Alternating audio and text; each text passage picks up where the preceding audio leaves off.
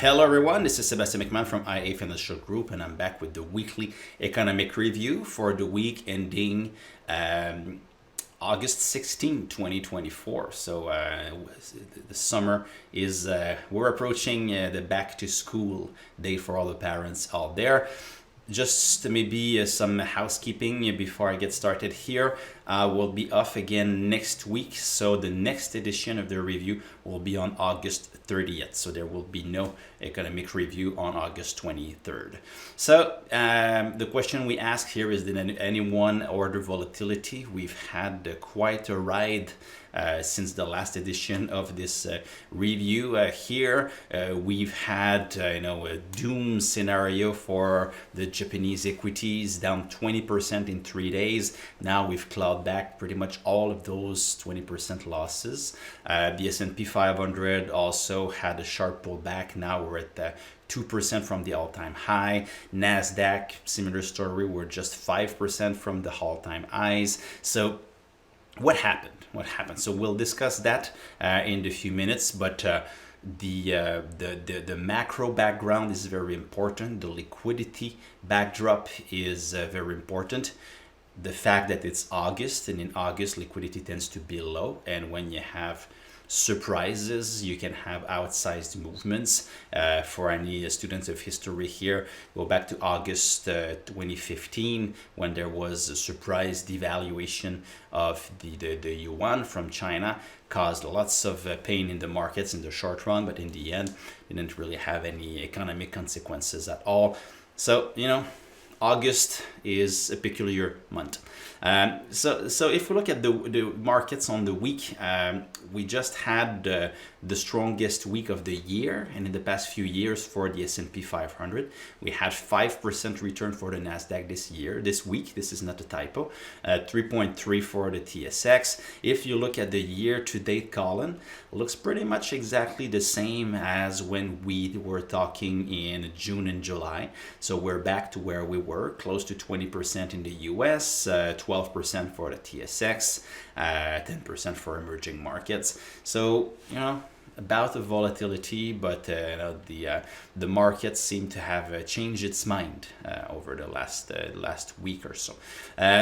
Price of gold in a trading range between 2450 and 2500. Now we had a rebound this week, pretty resilient through this period. Price of oil closing in on $80 here. So maybe so there's a lot to discuss. I'll try to put everything in its rightful place. But let's start with the inflation report and touch on the Fed. So this week we had inflation, official report in the U.S. As expected, inflation is slowing down.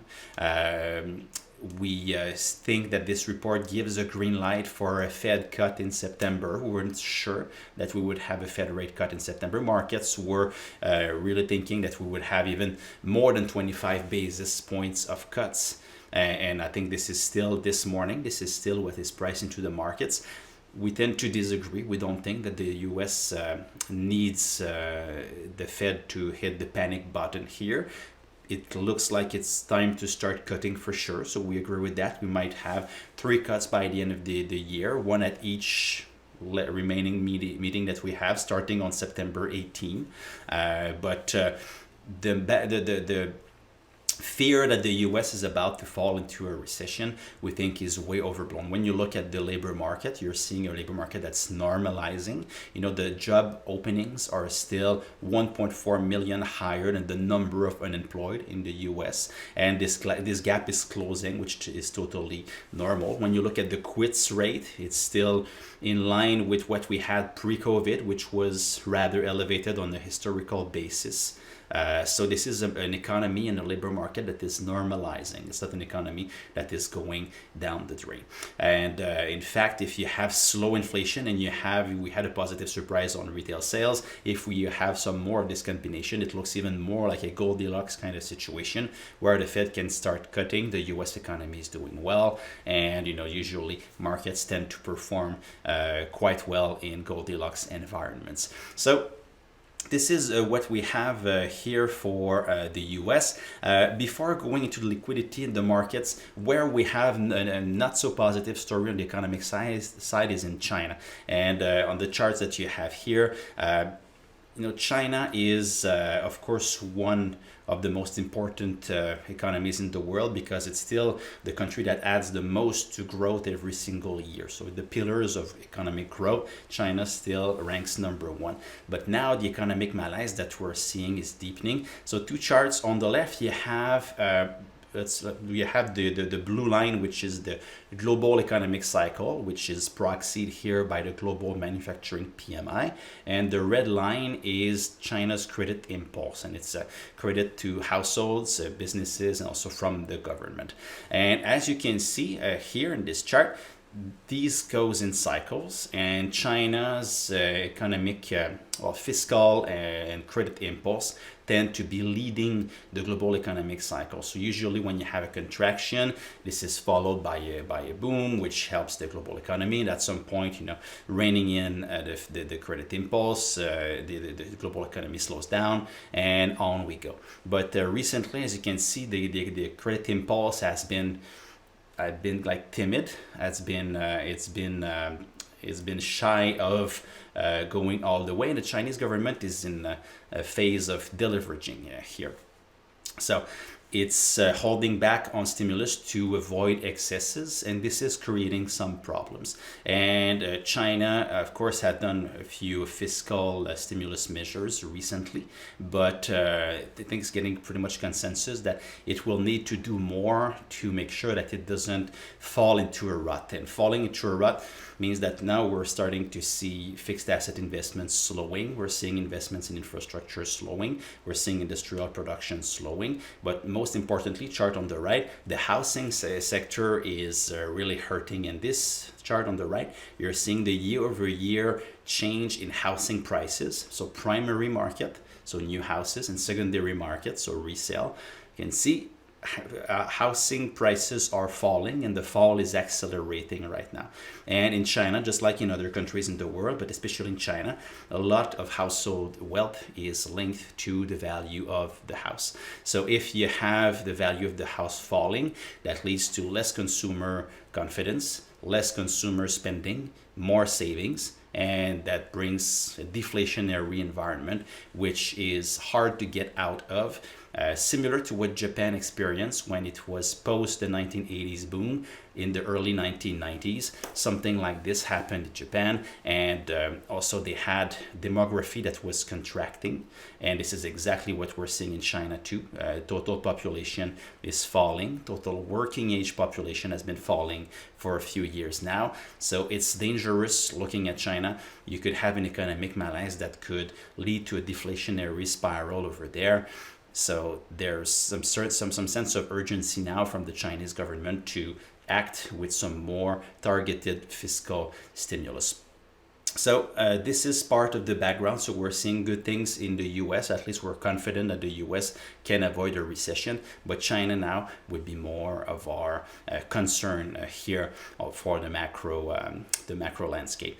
Looking at the market. So busy month. On the left, you have the VIX. This is closing day measure. So we closed at about 40 on the famous Monday when Japanese equities were down 12%. But intraday, we touched 65. So it's 65 that ranks as one of the worst episode of fears in history, along with COVID in 2008. So that tells you a lot about how fragile the liquidity backdrop was when that happened. So there's the yen carry trade. So long story short, yen, since the Bank of Japan still has some of the lowest interest rates in the world, investors are borrowing in Japan to then invest elsewhere. This is what we call a carry trade. So you pay little interest somewhere and you invest somewhere else.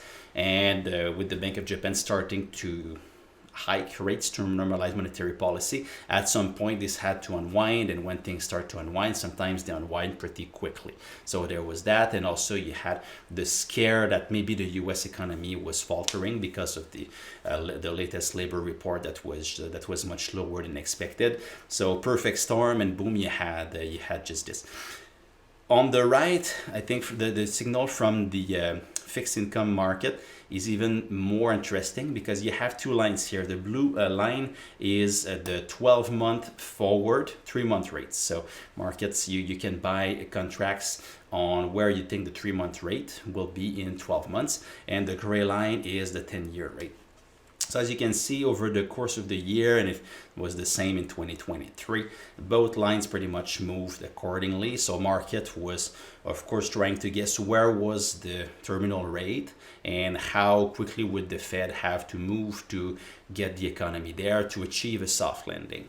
So both lines were moving together, but recently both lines started to move lower. So macro risks starting to emerge, some concerns about the labor market. So maybe the U.S. economy cannot take such an elevated real rate, and the final rate will have to be a bit lower. So this is the signal, but the blue line falling much sharper, much more sharply than the gray line recently, since the signal that markets were thinking that, okay, the Fed will now have to accelerate the pace pretty quickly to get us there, is behind the curve. So that's why the 3-month rate, 12-month forward, fell quite rapidly. So there was some fear that the Fed was behind the curve. This is what we see here. Now starting to normalize a little bit. So if we have a few more positive economic reports here, the calm returns, then maybe we could have some flattening of the yield curve, the 2-year rate rising again a little bit, because at some point markets will be more confident that the Fed will not have to hit the panic button. Looking on equities now, the S&P 500, as I said, we were about 2% from the all-time highs. So the chart on the left tells you that there was a scare, but we clawed back pretty much everything now. Nikkei, pretty much the same thing. Of course, we touched about 42,000 a few weeks before the scare happened, and there was some profit taking, but the panic selling is pretty much all erased already. So that tells you how rapid this situation is. Again, it's August, low liquidity, unwinding of speculative positions. This happens very quickly. After that, it seems that this time we had a foundation to regain some of those losses. Now, looking at the presidential election, Mrs. Harris is polling very well recently. The chart on the left puts her in the lead in polls by about 1 percentage point. No, it's not a dramatic lead, but still, it's pretty clear. The trend has shifted her way. When you look at the better odds on the right from predicted, she's also in the lead there. Mr. Trump was at 70% odds of winning during the assassination attempt and the national conference. Now has lost pretty much. He's back to where he was in the spring. So Mrs. Harris is in the lead here, but when you look at the Electoral College, it's still unclear and it still favors Mr. Trump slightly. So here, again in the US, when you win a state, for every state except 2, if I'm not mistaken, when you win the state, you win all of the electors of that state. Mr. Trump now is leading in states where he would secure about 219 of those. 208 are leaning towards Harris, but the toss-up in the middle, 111, of course, this is where the election will be won. So there's still a lot of time before the election, 2.5 months. The race is interesting. It's going to be even more interesting. So Harris in the lead for polls and for bettors, but Electoral College still says it's a toss-up, maybe favoring Mr. Trump. So what we'll be watching next week now in Canada, we'll look at Canadian CPI. We'll see if it if it continues to show the green light for 3 more cuts by the end of the year, 1 at each meeting starting in early September, there's already 2 in the book, so that would be 5 cuts by the end of the year. Retail sales in the US will have the meeting minutes from the latest FOMC decision on July 31st, where they decided not to cut, but they said that the door was open for a September cut, so it's going to be an interesting read. S&P Global PMIs and new home sales. So always a pleasure to serve you. If you appreciate the content here, please share. Again, a reminder, the review will be off next week. Next edition will be on August 30th, so I'll see you there.